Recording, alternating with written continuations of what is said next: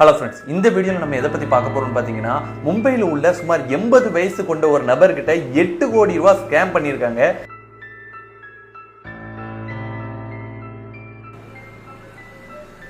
அந்த ஸ்கேமர்ஸ் அதை எப்படி பண்ணாங்க, அந்த வயதான நபர் அந்த ஸ்கேம்ல இருந்து எப்படி தப்பிச்சாரு அப்படின்றத நம்ம இந்த வீடியோவில் பார்க்க போகிறோம். வாங்க நம்ம வீடியோக்குள்ள போகலாம். வெல்கம் டு எஸ்பி ஸ்வாலாக்ஸ். ஃப்ரெண்ட்ஸ், இப்போ நம்ம வீடியோவில் பார்த்தோன்னா 80 வயசு வயதான ஒரு நபர். இவரோட பேர், உண்மையான பேர் வெளிப்படுத்த யாரும் விருப்பப்படல. அதனால நம்ம ரிச்சர்ட் அப்படின்னு சொல்லி இவருக்கு நேம் வச்சுக்கிறோம். இவர் தன்னோட 78வது வயசுல ஃபேஸ்புக் யூஸ் பண்ணி பழகிட்டு இருந்திருக்காரு. அப்படி அவர் ஃபேஸ்புக்கில் பழகிட்டு இருக்கும்போது என்னன்னா, இந்த 2023 ஏப்ரல் 2ஆம் தேதி, கரெக்டாக நம்ம இப்போ இருக்கிறதுக்கு 2 வருஷத்துக்கு முன்னாடி ஏப்ரல் 2, 2023 அன்னைக்கு இந்த ரிச்சர்ட் அப்படின்றவர் ஃபேஸ்புக்கில் ஷிவானி அப்படின்ற ஒரு பொண்ணுக்கு ரெக்வெஸ்ட் கொடுக்காரு.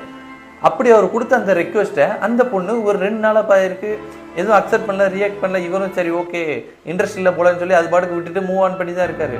ஆனால் ஒரு 4 நாள் 5 நாள் ஆகுது. அதுக்கடுத்த இவருக்கு அதே ஐடியிலேருந்து ஒரு ஃப்ரெண்ட் ரிக்வெஸ்ட் வருது. இதை பார்த்த உடனே ரிச்சர்டுக்கு அதிசயமாக இருக்குது. என்னடா இது, உடனே நமக்கு ஃப்ரெண்ட் ரிக்வெஸ்ட் கொடுத்துருக்காங்க.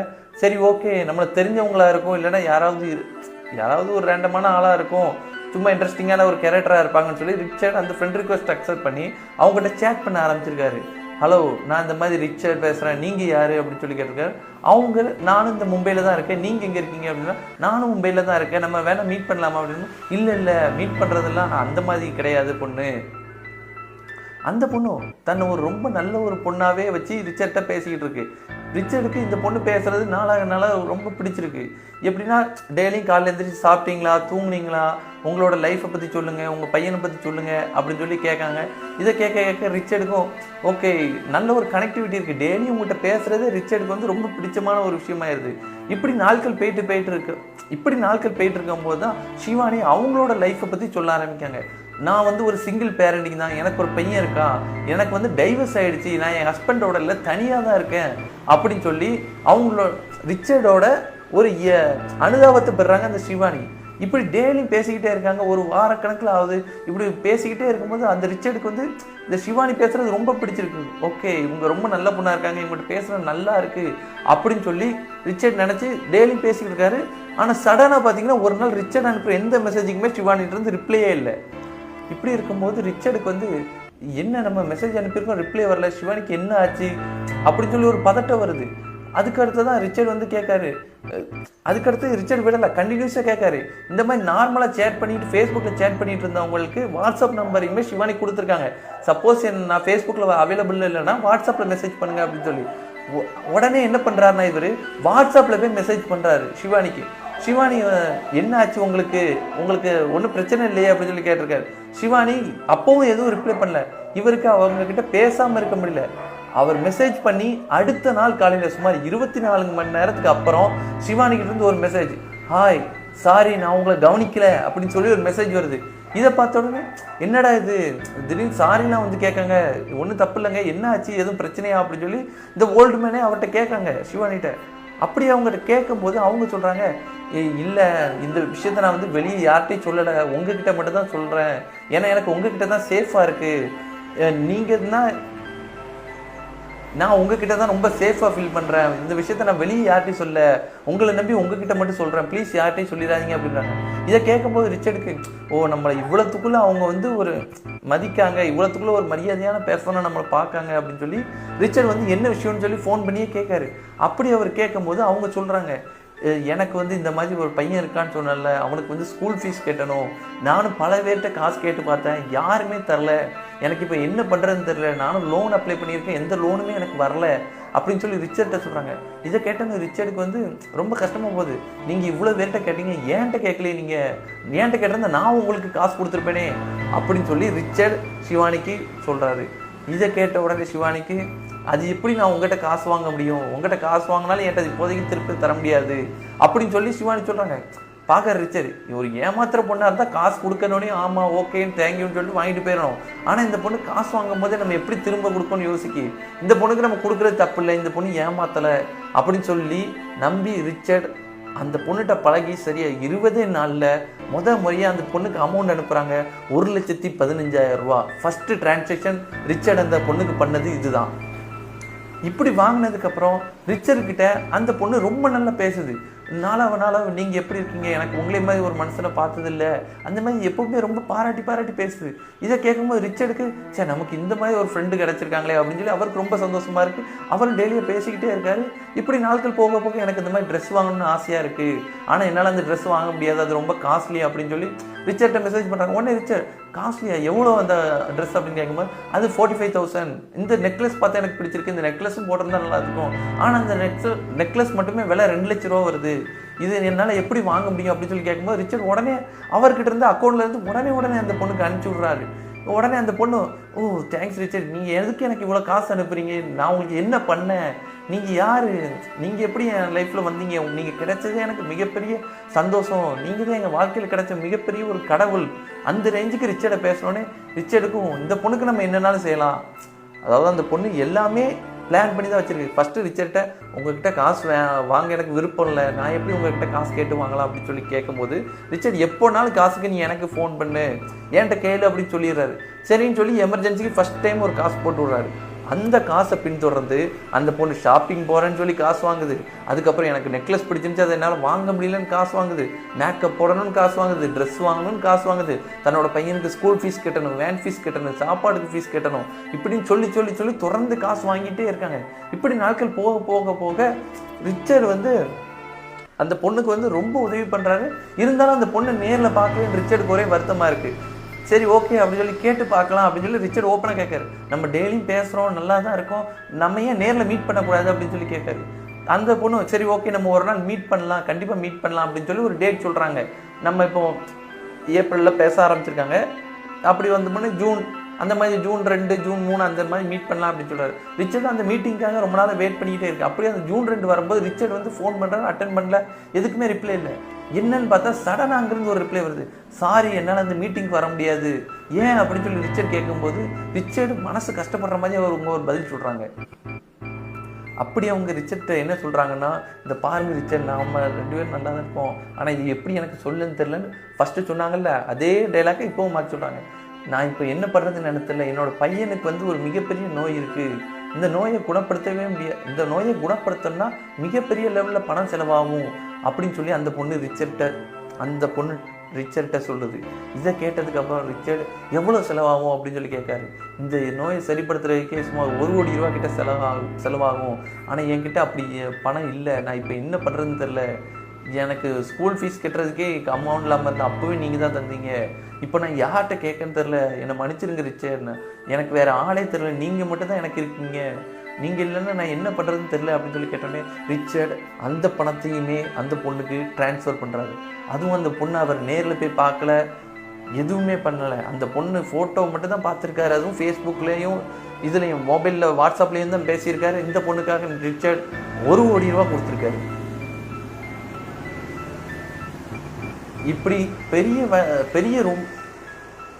இப்படி ஒரு பெரிய அமௌண்ட்டை ரிச்சர்ட்லேருந்து வாங்கினதுக்கப்புறம் சிவானி என்ன பண்ணுறது, இதுக்கப்புறம் நம்ம கேட்டால் டவுட் வந்துடும் அப்படின்னு சொல்லி பயத்திலே இருக்காரு. இந்த ஸ்கேமர் அடுத்த கட்டமாக என்ன முடிவு எடுக்காங்கன்னா, தன்னோட ஃப்ரெண்ட் அப்படின்னு சொல்லி கவிதா, இவங்க தான் கவிதா அப்படின்னு சொல்லி கவிதான்னு ஒரு ஐடியா இன்ட்ரோ பண்ணுறாங்க.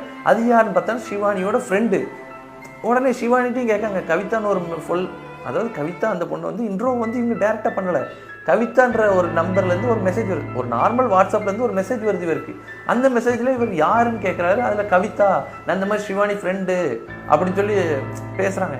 இதை பார்த்துட்டு அவருக்கு டவுட்டாக இருக்குது, என்னடா இது நம்ம கிட்ட யாரையும் இது வரைக்கும் இன்ட்ரோ பண்ணல, அன்னோன் நம்பர்லேருந்து கவிதான்னு ஒன்று வருதுன்னு சிவானிட்ட கேட்கும்போது சிவானி ஆமாம் அவங்க என் ஃப்ரெண்டு தான், நான் நமக்குள்ளே நடந்த எல்லா விஷயத்தையுமே நான் அவங்ககிட்ட சொல்லியிருக்கேன், அவங்க ரொம்ப நல்ல ஃப்ரெண்டு, நீங்கள் எனக்கு எப்படியோ அதே மாதிரி எனக்கு இவங்க அப்படின்னு சொல்லி கவிதாவை அந்த வயசானவற்றை இன்ட்ரோ பண்ணுறாரு. உடனே அவரும் சரி ஓகே நம்ம மேலே ஒரு நம்பிக்கைக்காக இன்ட்ரோ பண்ணுறாங்க, இத்தனை நாள் நமக்கு சிவானியை மட்டும் தெரிஞ்சுது, இப்போ அவங்களோட ஃப்ரெண்டு கவிதாவையும் தெரியுதுன்னு சொல்லி இவர் ஓகே அப்படின்னு சொல்லி பேச ஆரம்பிக்காரு கவிதாகிட்ட. கவிதா நாள் போக போக என்ன சொல்கிறாங்க, நீங்கள் பண்ணுற நல்ல விஷயங்கள்லாம் எனக்கு பிடிச்சிருக்கு, இப்படி யாருமே பண்ண மாட்டாங்க, உங்களை எனக்கு ரொம்ப பிடிச்சிருக்கு, நான் உங்களை லவ் பண்ணுறேன் அப்படின்னு சொல்லி ரிச்சர்ட், அதாவது அவருக்கு அப்போ வயசு பார்த்தீங்கன்னா 79 வயசு, அந்த ரிச்சர்கிட்ட இந்த கவிதா இவங்களோட வயசு எவ்வளோ சொல்கிறாங்கன்னா 27 அப்படின்னு சொல்லி சொல்கிறாங்க. இதை கேட்ட உடனே ரிச்சர்டுக்கு வந்து என்ன பண்ணுறதுன்னு தெரியல. இல்லை நம்ம லவ்லாம் செட் ஆகாது, நான் சும்மா தெரிஞ்சவங்கன்றதுனால தான் ஹெல்ப் பண்ணேன் அப்படின்னு சொல்லி அவர் நார்மலாக பேசுகிறாரு. இப்படி நாள் போக கவிதாவை நல்லா பேசுகிறாங்க. சிவானிக்கிட்ட இருந்து மெசேஜ் வரல. ஆனாலும் சிவானி எப்போவாட்டு வராங்க, எனக்கு கொஞ்சம் அமௌண்ட் மட்டும் கொடுங்க ப்ளீஸ் அப்படின்னு சொல்லி கேட்காங்க. ரிச்சர்டும் 2 வாட்டி கேட்டோடனே கொடுக்க ஆரம்பிச்சிடறாரு. இப்போ வந்து கவிதா கேட்க ஆரம்பிக்காங்க. கவிதா, நீங்கள் எல்லாருக்கும் ஹெல்ப் பண்ணுறீங்க, எனக்கு ஹெல்ப் பண்ணுவீங்களான்னு தெரில, உங்ககிட்ட உங்களுக்கு விருப்பம் இருந்தால் எனக்கு காசு கொடுங்க, நான் உங்களுக்கு எப்படியாட்டு திரும்ப தந்துடுவேன் கண்டிப்பாக அப்படி சொல்லி கவிதா கேட்காங்க. அப்படி போக கவிதாவுக்கும் அவர் ட்ரான்ஸ்ஃபர் பண்ண ஆரம்பிக்காரு. அதுவும் 1000 ரூபா 10,000 ரூபான்னு இல்லை, 1 லட்சம் 2 லட்சம் இந்த மாதிரி தான் அவங்களோட டிரான்சாக்ஷனே இருக்குது. கவிதாவும் நாளாக ரிச்சர்ட்ட காசு கேட்டு வாங்கிட்டே இருக்காங்க. இப்படி நிறைய டிரான்சாக்ஷன் நடக்கு. இப்படி 1 வருஷம் கடந்து போகுது. இப்படி அந்த 1 வருஷம் கடந்து போனோடனே கவிதா வந்து கொஞ்சம் கொஞ்சமாக பேச்சு நிப்பாட்டி எனக்கு கல்யாணம் ஆக போகுது அப்படின்னு சொல்லிட்டு அவங்க நாங்களும் பார்க்காங்க. ஆனாலும் நான் உங்கள்கிட்ட பேசுவேன், நீங்கள் என் ஃப்ரெண்டு தான் அப்படின்னு சொல்லியே பேசிக்கிட்டு இருக்காங்க. ரிச்சர்டுக்கு வந்து இங்கே சரி சிவானிட்ட பேசலாம்னா சிவானி அந்தளவுக்கு மெசேஜ் பண்ணல. ஆனால் சடனாக அப்போ தான் ஒரு புது மெசேஜ் வருது. இப்படி ரொம்ப நாளாக ரிச்சர்டை ஏமாற்றிக்கிட்டு இருக்காங்களே இவங்க அடுத்த கட்டமாக என்ன பண்ணுறாங்கன்னு பார்த்தீங்கன்னா, சிவானியோட தங்கச்சி அப்படின்னு சொல்லி ஒரு பொண்ணு மெசேஜ் பண்ணுது. அதுக்கடுத்த இப்படி இவங்க 2 பேருக்குமே காசு கொடுத்துக்கிட்டு இருந்தாங்க. சடனாக இவங்க 2 பேருமே மெசேஜ் பண்ணலை. ஒரு வாரமாக அப்படியே பெண்டிங் போட்டுடுறாங்க. இவருக்கு ரிச்சர்டுக்கு வந்து ஒரே இதாக இருக்குது, டவுட்டாக இருக்குது. என்னாச்சு, 1 வாரமாக 2 பேருமே மெசேஜ் பண்ணலையே, என்னாச்சு அப்படின்னு சொல்லி அவருக்கு ஒரே பதட்டமாக இருக்குது. அவர் டவுட் பண்ண ஆரம்பிக்கார், எங்கே போனாங்க, இவங்களை நம்ம பார்க்கவே முடியாது, இவங்க அட்ரஸே இல்லையே அப்படின்னு சொல்லி. இப்படி இருக்கிற நேரத்தில் தான் டயானா அப்படின்ற ஒரு ஃபேஸ்புக் ஐடியிலேருந்து இவருக்கு ஒரு மெசேஜ் வருது. ஹலோ சார், நீங்கள் தான் ரிச்சர்டா அப்படின்னு சொல்லி கேட்காங்க. ஆமாம் நான் தான் ரிச்சர்ட், நீங்கள் சொல்லுங்கள் நீங்கள் யார் அப்படின்னு சொல்லி கேட்கும்போது, நான் இந்த மாதிரி ஸ்ரீனியோட தங்கச்சி தான் பேசுகிறேன் அப்படின்னு சொல்கிறாங்க. இதை கேட்ட உடனே அவங்க, ஸ்ரீனியோட தங்கச்சியா, என்ன சொல்கிறீங்க,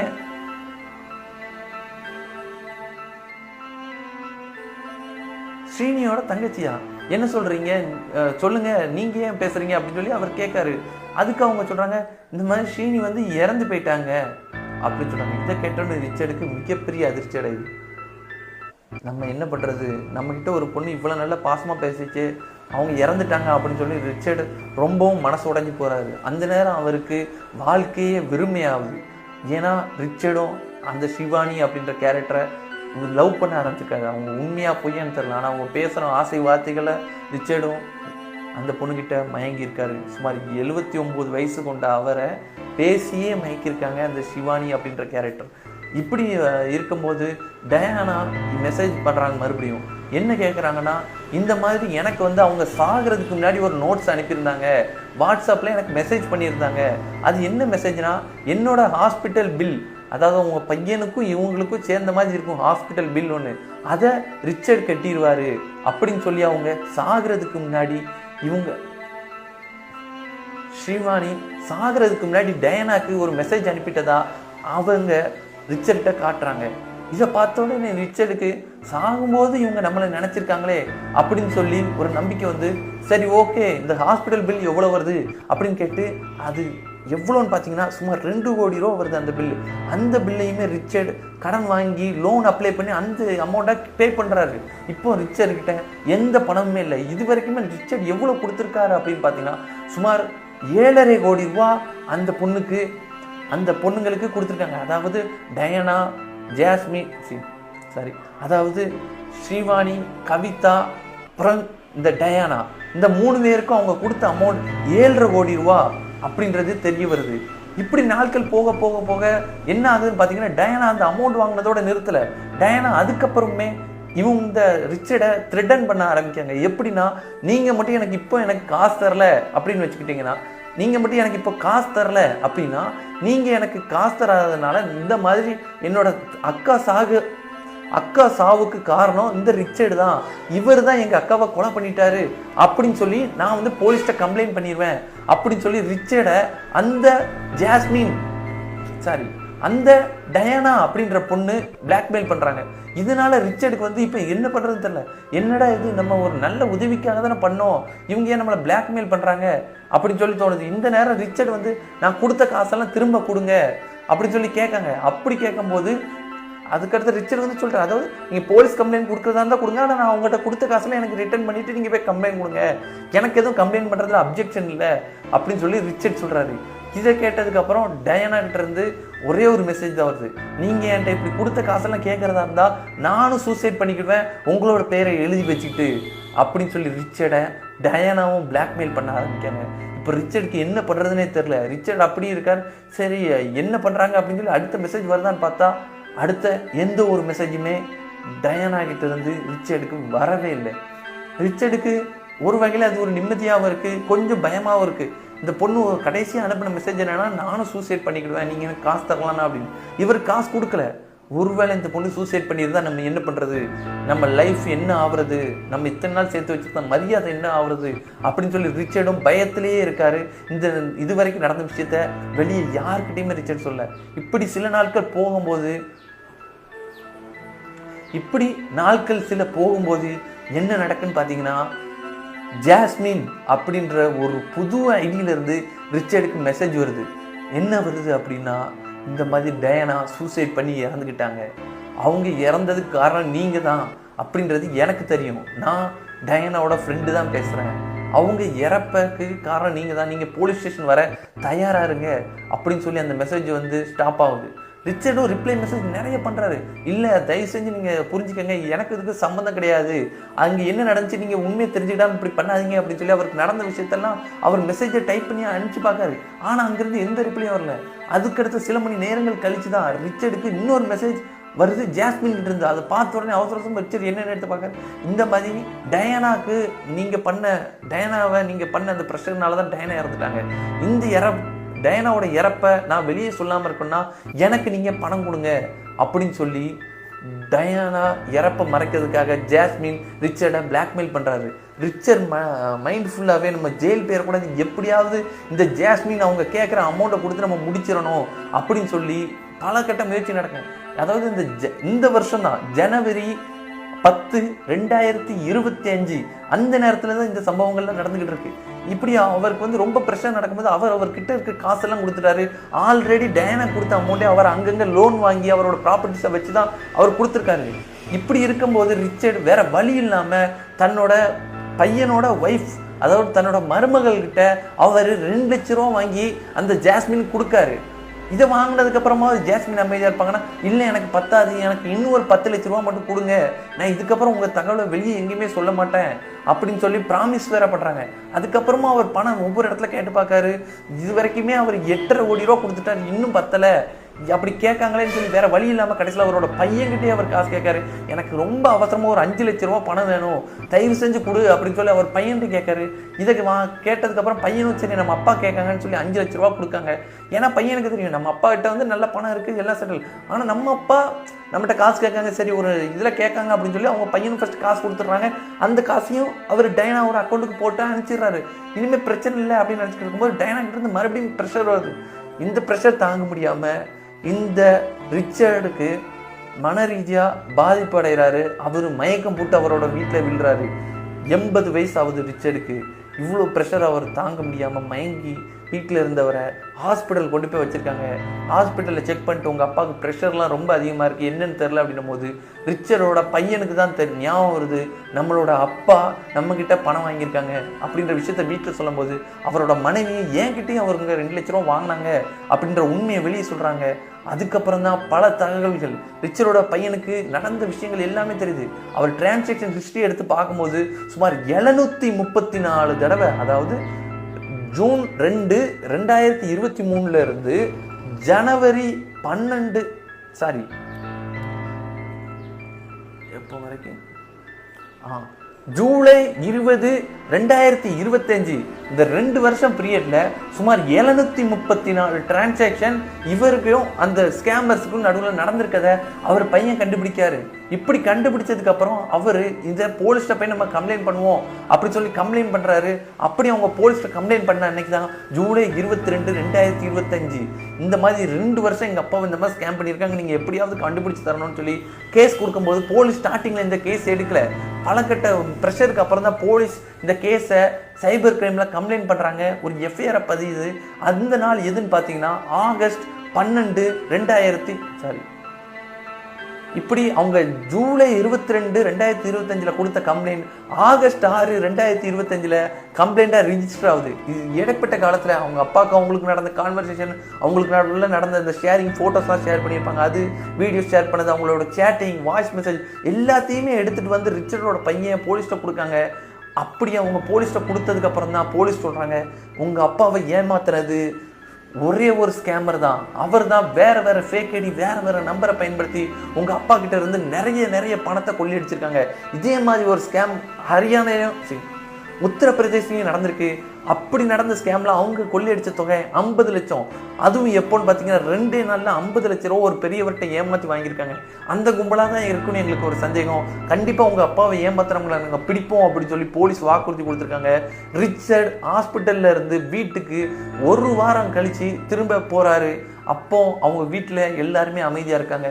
இதுக்கப்புறம் நீங்கள் சோஷியல் நெட்வொர்க்கில் எதுவும் யூஸ் பண்ணாதீங்க தயவு செஞ்சு அப்படின்னு சொல்லி அவங்க அப்பா கிட்ட அவங்க பையனும் அவங்க மருமகளும் கேட்டுக்கிட்டதுபடி ரிச்சர்ட் இனிமேல் நான் சோஷியல் மீடியா யூஸ் பண்ண மாட்டேன் அப்படின்னு சொல்லி அவர் பண்ண தப்பை உணர்ந்து அவர் ஒரு ஓரமாக உட்காந்துருக்காரு. ஆனால் ரிச்சர்டுக்கு என்ன வருத்தம்னா, நம்ம கிட்ட அந்த பொண்ணுங்க கேட்டது எல்லாமே ஒரு உதவியாக தான் கேட்டாங்க. அந்த பொண்ணு பாவன்றதுனால நம்ம உதவி பண்ணோம். இப்போ நமக்கு உதவி பண்ண ஆள் இல்லை, அந்த பொண்ணுங்களை நம்பி நல்லது பண்ணதுக்கு நமக்கு ஒரு நல்ல பாடம் புகழ்த்திட்டாங்க அப்படின்றது ரிச்சர்ட் தெரிஞ்சுக்கிட்டாரு.